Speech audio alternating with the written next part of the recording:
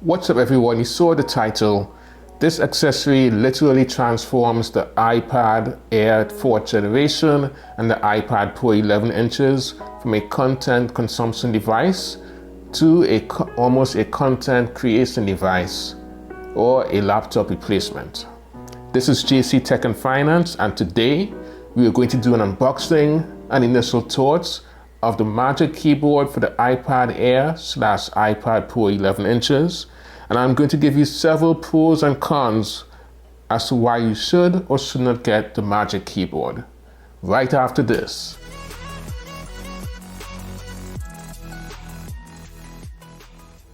Welcome back. So let's unbox the Magic Keyboard and see what's inside this package.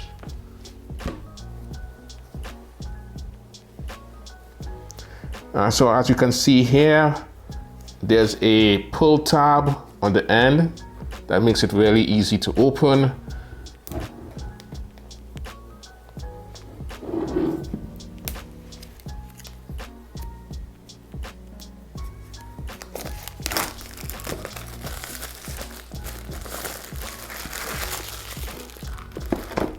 Okay.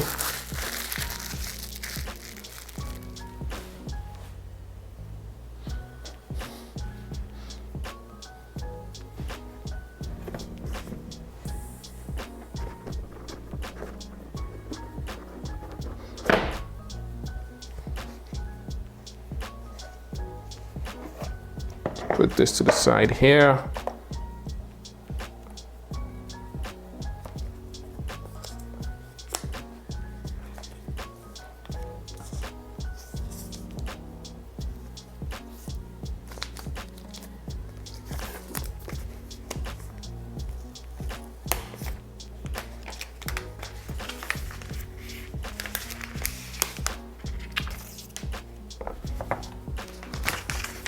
Okay.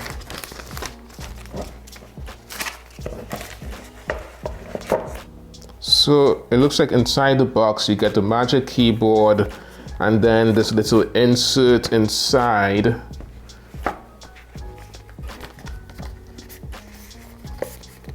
This is the envelope and that's basically it. It has instructions as well as FCC information, nothing special. So looking at the keyboard itself, it looks like there are three main parts to this keyboard. You have the top part, which is full of magnets that you use to attach to the iPad Pro / iPad Air. There's a hinge with a pass-through USB-C port for charging. And then there's the base with the keyboard and the trackpad. So let's test it out by attaching my iPad Pro.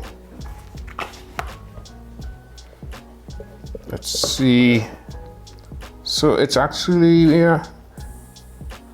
relatively easy to take off if you hold it a certain way, but when it's attached, it seems to hold it pretty sturdy.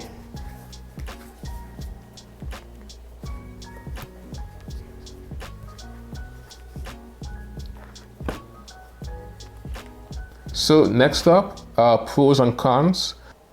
So first, you have the keys, which are backlit, and the keys use a scissor mechanism, which makes it a bit more comfortable. There's about 1 millimeter of travel.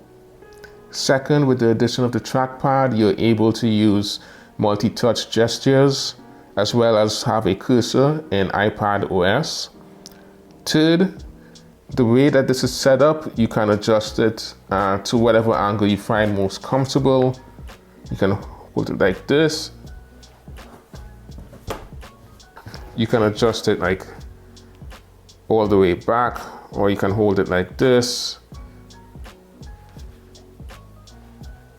It can be whatever view you're most comfortable in. Next, you have a USB-C port for charging built right into the Magic Keyboard. So this frees up the USB-C port on the iPad itself to use for other things, such as a memory card reader, for example. Another pro is that it folds into a case that protects the front and back of the iPad Pro.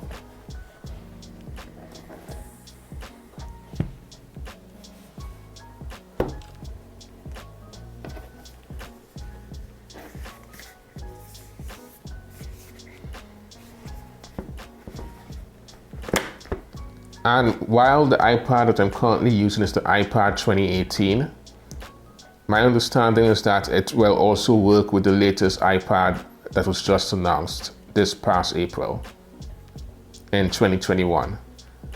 So next up are the cons. So while it's not just this iPad Pro, but iPads in general can be bad for multitasking. I mean, have you ever tried using Microsoft Teams and trying to take notes at the same time?